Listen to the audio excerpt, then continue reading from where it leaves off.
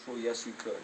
The only difference is when you go to assess it, you got to kind of separate your mind. And as you spring through these, what you may feel is you got to say, okay, how's this one feeling relative to this one? And just like you did with the cervical scan, remember we asked what the thumb is feeling relative to the index finger? You kind of spring through over here is you got to kind of feel the condyles on both sides, and all I can say is sometimes the restriction feel like one's dragging a brake. You might feel it a little bit. For the test, though, we're going to have you isolate the right versus the left. So whatever side that you're assessing, we're going to laterally tilt the head only a couple of degrees to that side. It's kind of like putting the condyle on the point. So if I want to assess flexion or extension on the right side, I'm going to laterally tilt just the occiput to that right side. If I'm going to assess the left side, I'm going to laterally tilt the occiput slightly to the left. How far? About 4 degrees. We're going to come at you with a protractor? No. But in essence, think about it in lateral bending. I'm just going to take out the slack, and as soon as I feel that pretension, boom, that's it. From here for extension, we're going to do this is nothing more than a golf ball on a tee, and I don't want to disrupt the tee. So I'm going to take this, I'm going to rotate it until I feel just that first degree of pretension. From here, what we're going to do is the following. I'm going to show you the head of the rib. With this one, my fingertips are going to be, I'll show it on both sides. My fingertips are in towards the base. My hand that makes a C comes up over the top of the crown here. You really want to put your thenar eminences flat as if you're palming the basketball here, not so much into your thumbs, but you almost want to palm the ball. I'm going to do the same thing with the other side over here. Just take my hand contacts and I'm palming the ball. Once you have the slack out of the joint, you're going to think into this way. Everybody just, if you would, take your thenar eminences and just lean into the padding. And I just want you to lean your thenar eminences into the padding. Now as you lean your thenar eminences, what I want you to do at the same time is do this with your wrist as you do it. Because that's exactly what it should feel like when your hand's on the basically the top of the head. Both lean in and you curl. Because you're going around that C. Your hand is moving around the arc of that facet line.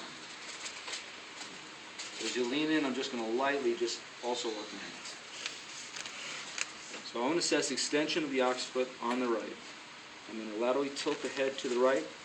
I'm going to posteriorly rotate it to take out that slack. Once I'm at pretension, I'm going to come into my palms and I'm going to push forward with my fingertips that are in the base. And if I do this correctly, the chin should jut just a little bit forward.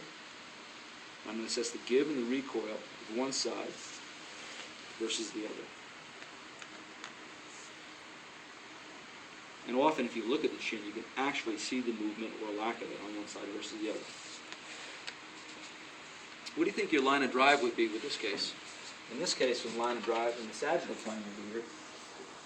You're looking at this. So for extension, what do you think your line of drive is going to be? Your segmental contact point in the base of the occiput. Superior to inferior. And posterior to anterior. So it's going to be from P to A for extension. Okay? Now you're going to have a lot of people here that are very flexible, and it's difficult to isolate this joint without involving the cervical spine.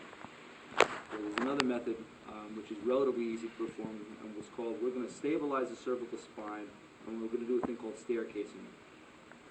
What you're going to do is just grab your contacts that you'd normally be in position for assessing extension. In essence, what I'm going to do, and it'll be easier to show it on the patient.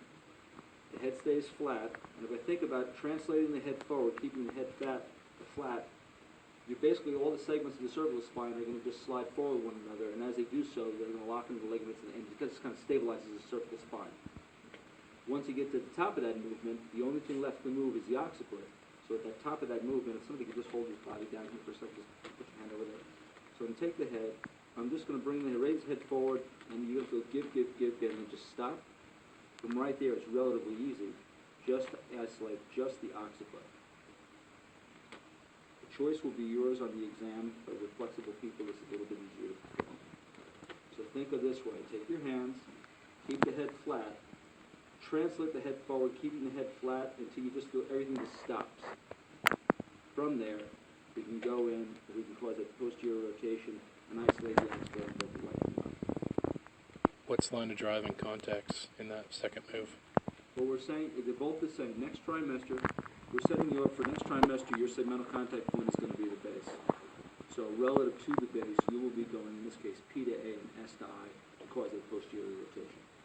So even though your hands may be placed and you don't understand, like, how do I get this line of drive, we're setting you up for next trimester versus where your thrust point is going to be. Because that's what lines of drive with your contact point in, that's what it's going to be based on.